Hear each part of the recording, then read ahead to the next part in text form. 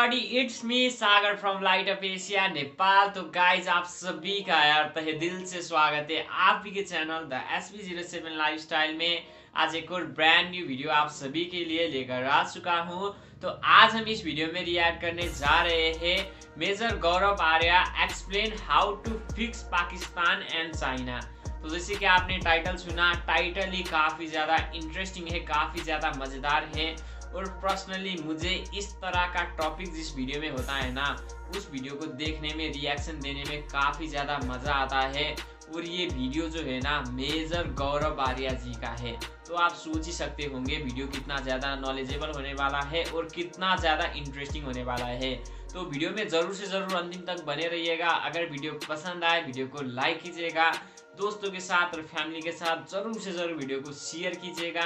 अगर आप में से कोई बंदे हमारे चैनल पर नए हो तो चैनल को सब्सक्राइब कर बेल आइकन को ज़रूर से ज़रूर प्रेस कर दीजिएगा, क्योंकि आप देख रहे होंगे हमारे चैनल पर 5K फैमिली कंप्लीट होने वाले हैं।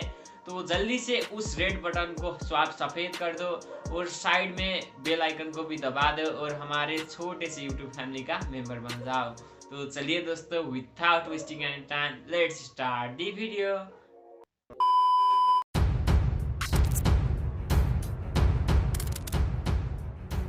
अगर आप पाकिस्तान को पहले ठोक देते तो कारगिल होता ही नहीं। आप इंतजार मत करिए कि लड़ाई होगी, जंग होगी, चीन जंग छेड़ेगा, पाकिस्तान जंग छेड़ेगा, तब आप इनको ठोकते रहिए। आप घास काटते रहिए, घास उगेगी उसके पहले आप इसको काटते रहिए। आप चाहते हैं कि आपके घर में अगर शांति हो, आपका परिवार शांति से रहे, तो दूसरे मुल्क का घर जलना चाहिए, वरना आपके घर में कभी शांति नहीं होगी। ये मैं नहीं कह रहा, ये इतिहास कह रहा है। अगर आप चाइना के अंदर दिक्कत डाल देते पहले से, अगर आप चाइना के अंदर पहले प्रॉब्लम डाल देते तो चाइना अपनी प्रॉब्लम से जूझ रहा होता, आपके बॉर्डर पे आके वो आंखें नहीं दिखाता आपको। अगर आप पाकिस्तान के अंदर इतनी प्रॉब्लम्स डाल देते, पाकिस्तान के अंदर सेपरेटिज्म डाल देते, पाकिस्तान के अंदर इतनी ज़्यादा कि वहाँ पे सिंधु देश, बलोचिस्तान फ्रीडम स्ट्रगल वाले, वहाँ पे पश्तून, इतने हथियार आप डाल देते पाकिस्तान के अंदर, इतने ज़्यादा हथियार बारूद डाल देते, तो क्या पाकिस्तान कश्मीर के बारे में सोच पाता? पाकिस्तान का एक ही इलाज है, हर गली मोहल्ले में वहाँ पे कश्मीर बना दो, हर गली मोहल्ले में। पाकिस्तानियों को ये पता लगना चाहिए कि उसने जो कश्मीर में करा है उसका कितना भारी दाम उसको देना पड़ रहा है। उस मुल्क का वजूद ख़त्म हो जाए, उस दिन आपके मुल्क में शांति होगी। सिर्फ 8 से लेकर 9,000 वीर गति को प्राप्त हुए हैं जंग में, उसके अलावा जिसको हम शांति काल बोलते हैं, पीस टाइम, ये है शांति काल आपका, जहाँ पे हर दूसरे दिन या तो हरी वर्दी वाले को गोली लगती है या फिर खाकी वर्दी वाले को लोग, ये आपका शांति काल है। 3-4 दिन पहले 2 पुलिस वाले मारे गए, अब आपको खबर आ जाएगी।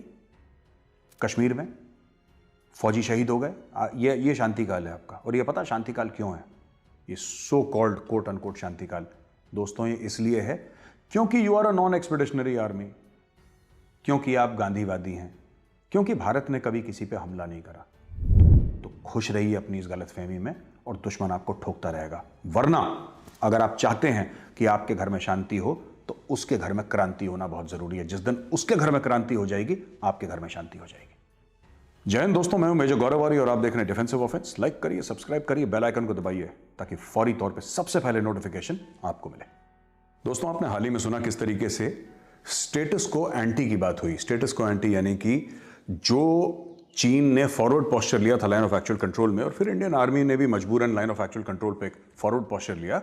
तो बात यह हुई कि स्टेटस को एंटी यानी कि अप्रैल 2020 से पहले जो हम लोगों की पोजीशन थी वहां पे लोग चले जाएंगे। तो इंडियन आर्मी भी पीछे हटी है और हमसे तेज चीनी आर्मी पीछे हटी है। अच्छा, ऐसा हुआ क्यों? सबसे पहले यह समझने की जरूरत है दोस्तों कि चीन आया क्यों सामने, और इसके कई कारण भी हैं, लेकिन मैं 4-5 आपको कारण बता दूं। कि सबसे पहले तो चीन को ये लग रहा था कि साहब डोनाल्ड ट्रंप जो है उसको दूसरा टर्म मिलेगा नहीं मिलेगा। डोनाल्ड ट्रंप से कुछ खासा ही खौफ खाता है चीन, क्योंकि अनस्टेबल समझते थे चाइनीज़ उसको, कि किस तरीके से रिएक्ट करेगा किसी को कुछ नहीं पता। पहली बात है। दूसरी चीज़ बहुत ज़रूरी और बहुत इंपॉर्टेंट ये है कि चाइना को डर लग रहा था क्वाड से, और क्वाड ऑपरेशनल हो रहा था। क्वाड यानी कि ऑस्ट्रेलिया, जापान, इंडिया और यूनाइटेड स्टेट्स ऑफ अमेरिका, इनकी नेवीज़ लगभग साउथ चाइना सी, जो ट्रेड रूट्स हैं चाइना की, वहां पे एक्टिव हो रही थी।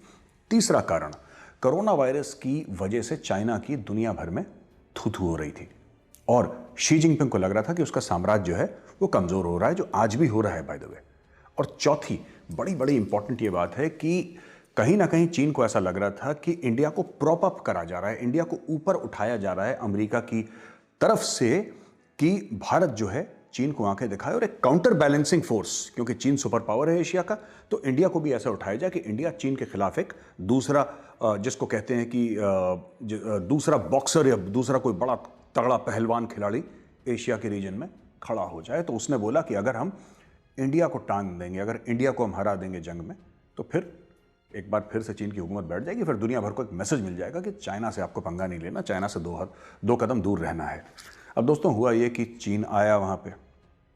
चीन किस तरीके से आया, आपने वो इमेजेस देखी होंगे ना, सैटेलाइट की इमेजेस, जहाँ पे टेंट वेंट दिखाई थे। जब भी लड़ाई होती है दोस्तों तो ऐसे कोई नहीं आता, कोई टेंट नहीं लगाता खुले में, कोई अपने टैंक्स आर्मर्ड व्हीकल्स कोई खुले में नहीं छोड़ता। उसका कारण है, आपने 100-200 टैंक खुले में छोड़ दिए। अगर इंडिया यहाँ से आर्टिलरी शेलिंग करता, यानी कि अपना तोपखाना खोल देता, तो उनके जितने भी टैंक्स हैं ना, उनका हलवा बन जाता। और अगर एक एयर बर्स्ट मार देता, जिसमें एयर बर्स्ट वो होता है जिसमें कि एक पूरा जो बॉम्ब है आता है और वो हवा में फटता है, ज़मीन पे लग के नहीं फटता, वो हवा में फटता है, कुछ खास एक ऊंचाई पे जाके फटता है।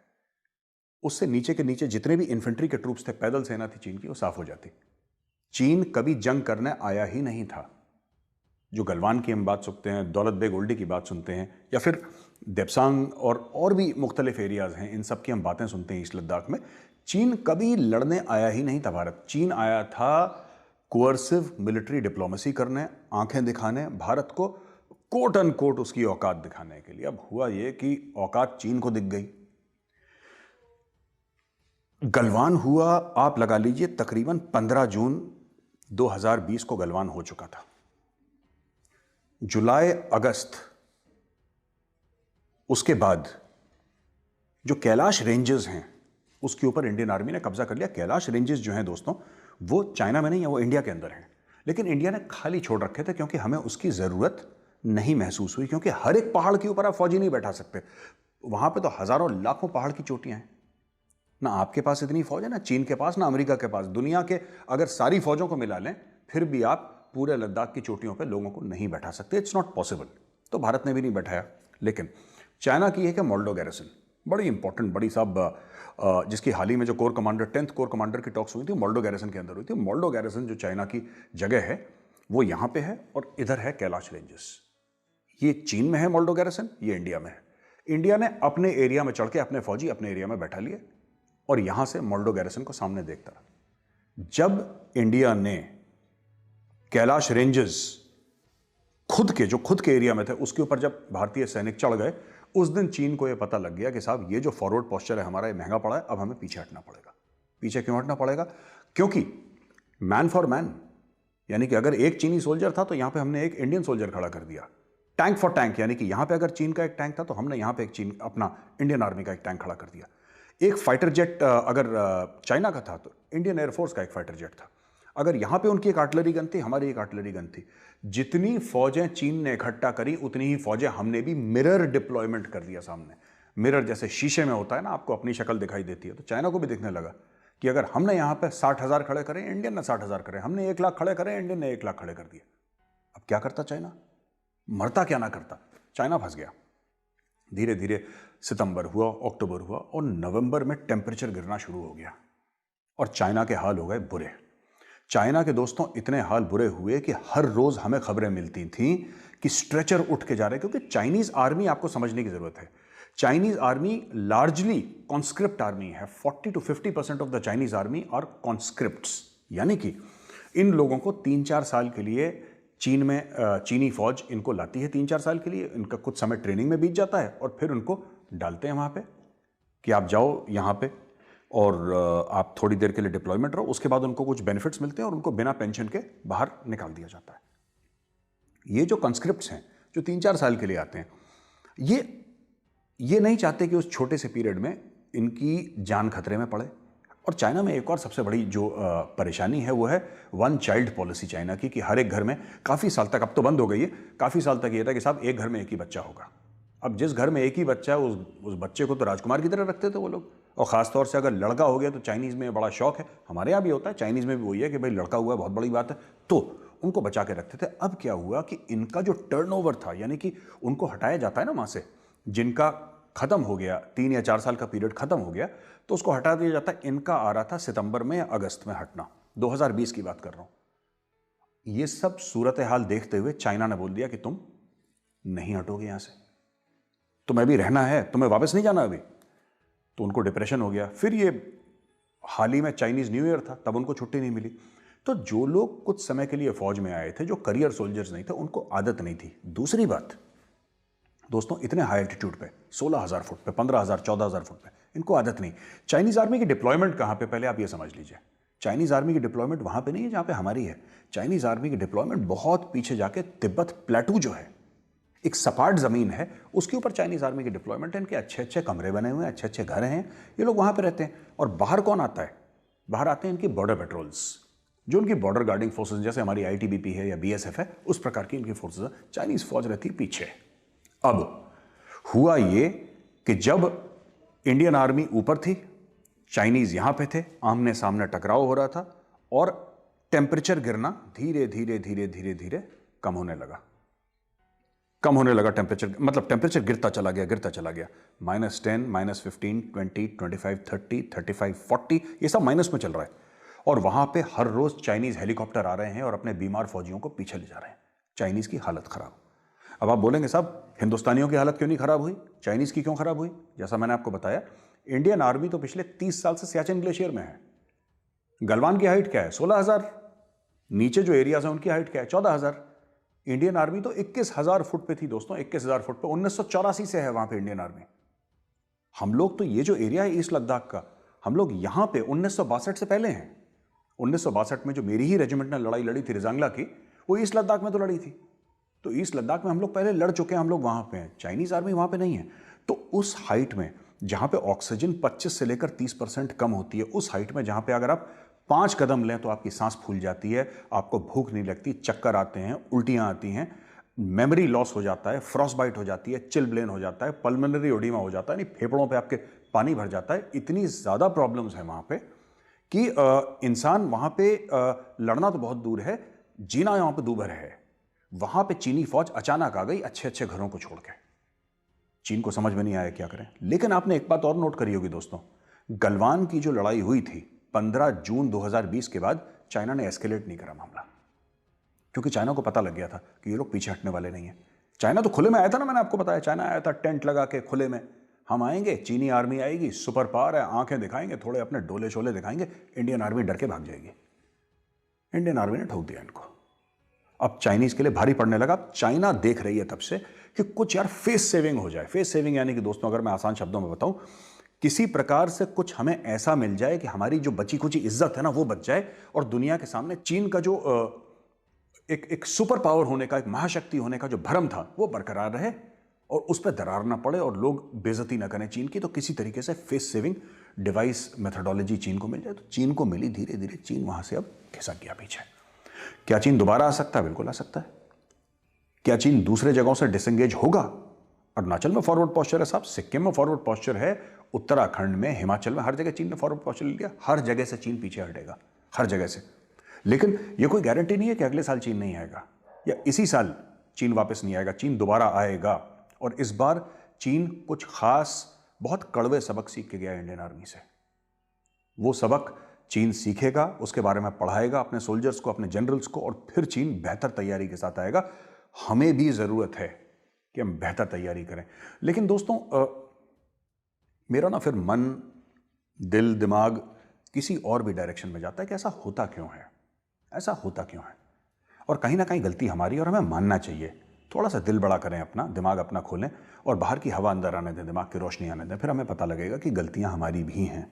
और हमारी सबसे बड़ी गलती जो है, हम लोग बहुत डिफेंसिव हैं। लोग हमारे बारे में क्या सोचेंगे, हम तो ऐसे नहीं हैं, हम तो अच्छे लोग हैं, हमें ऐसा करना चाहिए, ये सब चीज़ें हमें ख़त्म कर देंगी एक दिन। देखिए दोस्तों, मैं आपको साफ सीधी बात बताता हूँ। ये इंडियन आर्मी के भी ऑफिसर्स से, कुछ ऑफिसर हैं, सारे नहीं, कुछ ऑफिसर से बात करता हूँ तो वो लोग हर समय कहते हैं कि we are a non expeditionary army. हम अफगानिस्तान में क्यों जाएं? भारत ने कभी किसी पे हमला नहीं करा। ऐसी बात नहीं है कि भारत ने कभी किसी पे हमला नहीं करा। डोगरा आर्मी के थे जनरल जोरावर सिंह, वो तिब्बत को खड़का कर आ गए थे, चीन तक पहुंच गए थे। वो क्या भारत में है? कंबोडिया में अंकोरवट के मंदिर हैं, कैसे पहुंच गया वहां पे अंकोरवट के मंदिर? ये चोलाज हैं, पांड्याज हैं, चेराज हैं। महाराजा रंजीत सिंह का आपने नाम सुना है? केसरी फिल्म देखी है ना आपने? केसरी फिल्म एक सच्ची घटना पे आधारित है, the battle of Saragarhi. 4 Sikh unit का नाम है। ये 4 सिख पे असली घटना पे आधारित है ये केसरी फिल्म। केसरी फिल्म उस समय दिखाया है कि किस तरीके से हमारे सिपाही, ब्रिटिश इंडियन आर्मी जो कि इंडियन आर्मी थी उस वक्त, वो गई थी। महाराजा रंजीत सिंह का तो साम्राज्य था अफगानिस्तान पूरा का पूरा, तो पूरे एशिया तक, आगे तक ये लोग गए थे। साउथ इंडिया में जो किंग्स थे, मैंने जिनका नाम लिया है, चेरा, पांड्याज, चोलाज, इन लोगों ने कहां कहां राज नहीं करा, कहां कहां फौजें अपनी नहीं भेजी। तो देखिए, भारत तभी अंदर से स्थिर था जब भारत बाहर अटैक कर रहा था। आप अगर बोलेंगे साहब हम तो बहुत भले हैं और हम किसी पे हमला नहीं करेंगे, तो फिर लोग आपके ऊपर हमला करेंगे। ये एक यूटोपियन आइडियोलॉजी है कि एक परफेक्ट वर्ल्ड है। कुछ लोग हैं इंडिया में जिनके दिमाग थोड़े से खराब हैं कि ये कहते हैं कि साहब एक परफेक्ट वर्ल्ड है, यहां पे आप किसी को बुरा नहीं बोलेंगे, कोई आपको बुरा नहीं बोलेगा, सब राम राम कह के हाथ जोड़ के। ऐसा नहीं होता है। अगर आप हाथ जोड़ेंगे, कोई आपके हाथ काट देगा और आपको समझना पड़ेगा आपके पास क्या चाह रहा है। आपके पास यह चाह रहा है कि सबसे पहले आप उसके हाथ काट दीजिए। यहां पे कोई दोस्त नहीं है, यहां पे कोई दोस्त नहीं है इस दुनिया में। आपको अगर चाहते हैं कि दुनिया आपकी दोस्त बने, तो जो मैं अक्सर कहता हूं, मैं दोबारा कहूंगा, भय बिन होए न प्रीत। आपको भय पैदा करना पड़ेगा। मेरी बात हो सकता है आप सब लोगों को कड़वी लग रही हो, क्योंकि आपको ना इंग्लिश एजुकेशन की वजह से आपको यह बताया गया है कि India is a peace loving country. Peace loving country. मुझे यह समझ में नहीं आता ये झूठ किसने सिखाया आपको। आप कभी इंडिया गेट गए हैं? गए होंगे ना आइसक्रीम खाने के लिए। दोस्तों, कभी इंडिया गेट जाइएगा। इंडिया गेट में आपको पता लगेगा जो नाम लिखे हैं इंडियन आर्मी के, जिन्होंने अपनी जान दे दी देश के। First world war, second world war में ये लड़ाइयां हुई कहां थी? फ्रांस में, यूरोप के और मुख्तलिफ कोनों में, नॉर्थ अफ्रीका में, मेसोपोटामिया में, बर्मा में, पैसिफिक आइलैंड्स में। यहां इंडियन आर्मी लड़ी है। नॉन एक्सपेडिशनरी आर्मी कब से हो गई इंडियन आर्मी? इंडियन आर्मी कहती है ना हम 250 साल पुराने हैं। इंडियन आर्मी 1947 के बाद तो नहीं बनी। इंडियन आर्मी गर्व से कहती है कि हम 250 साल पुराने। तो दोस्तों, यही आर्मी है जो दुनिया का ऐसा कोई कोना नहीं। मेरी खुद की रेजिमेंट, कुमाऊं रेजिमेंट, हम लोगों ने कहां कहां झंडे निकाले, कहां कहां झंडे निकाले, आप बताइए। कौन सा ऐसा थिएटर है ऑफ वॉर दुनिया में जहां पे मेरी रेजिमेंट ने लड़ाई नहीं करी और अपना लोहा नहीं मनवाया?